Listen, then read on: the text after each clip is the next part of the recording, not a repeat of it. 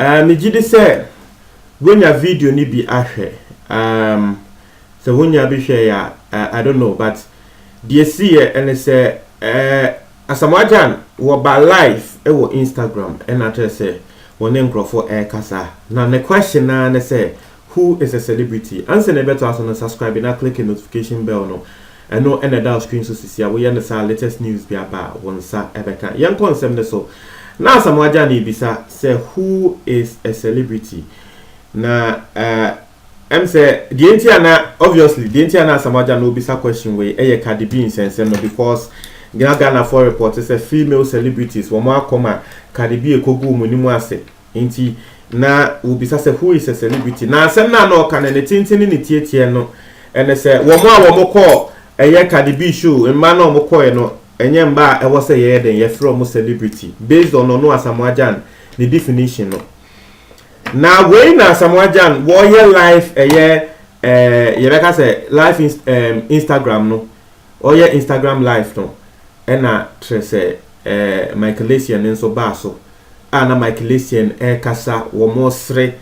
ngofu hu ne say o ngofu we de wo mo sre sa female celebs ya Cardi B yo mu ya we na Michael Essien asema Michael Essien be kan ebe free Michael Essien nu wa say hwe Ghana de wo bi sorry na wo Jimmy 1 2 3 days pe yes ni bakono ye celebrity ni na no in an attempt to denigrate sa mbaya wo mo call no na akokwa so ngofo bebra pass comment say hey Michael Essien no so ni enim say sa na wo ti oni enim say wo kasa sa o chese ngofo kan sem bebre na Kwame A+ finally wa ba bonten abeki kan sem bi wo defend ladies no na I in a way side with Kwame A+ na me side of the story no me boso amamunya mo atiase asema Kwame A+ aba wobeka ene say Asamoah ene Michael Essien said in previous wo mo fa wo mo kwasi asem enfree honko mo Asamoah ene Michael Essien sa eya na mo begina bonten ene Ghana for mo support yin Ghana for mo support and asem si ye hede mo aba online ena mo sri Ghana for yi adi no kra wo ho a e wo se mo ye den mo ka ene se mba we ena wo mo sorry ye ena wo mankasa omode omope ekoye dabi eno ni asema Kwame A+ wo kan ena Kwame A+ kan say wo Asamoah na wo muni Michael Essien begina bonte na mo ka say we nye celebrity no the word celebrity mo ti ase ana the word celebrity brofo adam brofo no Asamoah say be wo papa na de brofo ne bae ana Michael Essien mo ye Ghana for mo asema Kwame A+ ka kan say mo ye Ghana for school grama anko ndu echi SS na mukodu ye na mo betre Ghana for the meaning of the word celebrity etie for eno ne asema na Kwame A+ worker was want Michael Essien ene Asamoah na se mo ya Ghana for school kra na se be ye ni enim se school mo anko ndo echi na so wo be so camera esi uso katre Ghana for define the word celebrity to Ghana for e ma ye nim se wo kra no brofo no won sheda ente ne papa sa na based on we know and some Kwame A+ kind let me just read the entire maker say I side with Kwame A+ no let me just read from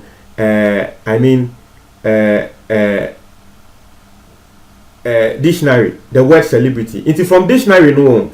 the word celebrity means a famous person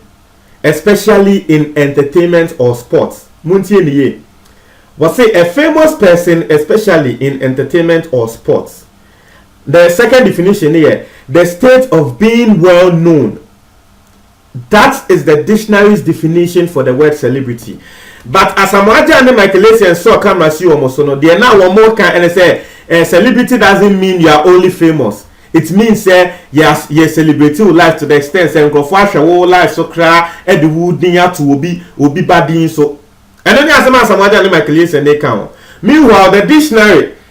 ono mbrofofo no wo ye omo brofo celebrity no de wo mo kan say you can so be a celebrity address ne ba ko ne famous wo ye entertainment and now wo ye sports it ne ba ko ne famous na say wo ye politics wo ye celebrity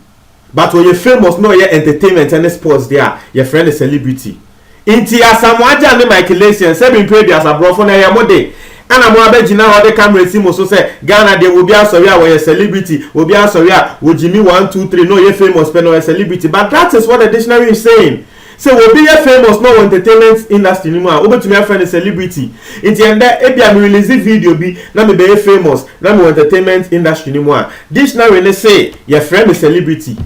inti anu ne say mo akwa me A+ ba bonten be kan say mo asam aja ne Michael Essien school no ene say brofo kra mote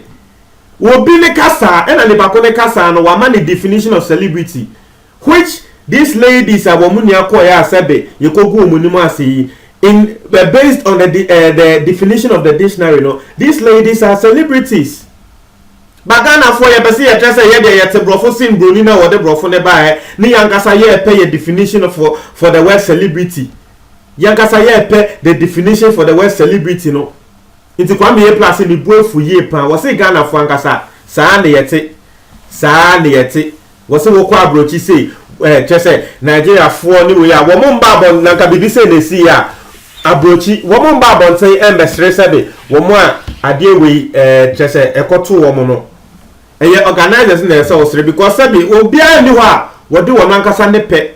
ene ko se wo okoshi akade bio ade ni ba ko no wabodam oni fia na dabi obi ani ho a wode wono ankasa ne pe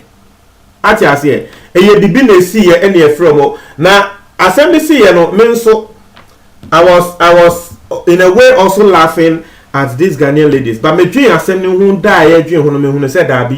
we are actually not being fair to them. Na me a video na I will explain things better. Na mu niam what things someone say why we are not being fair to them, because ebe to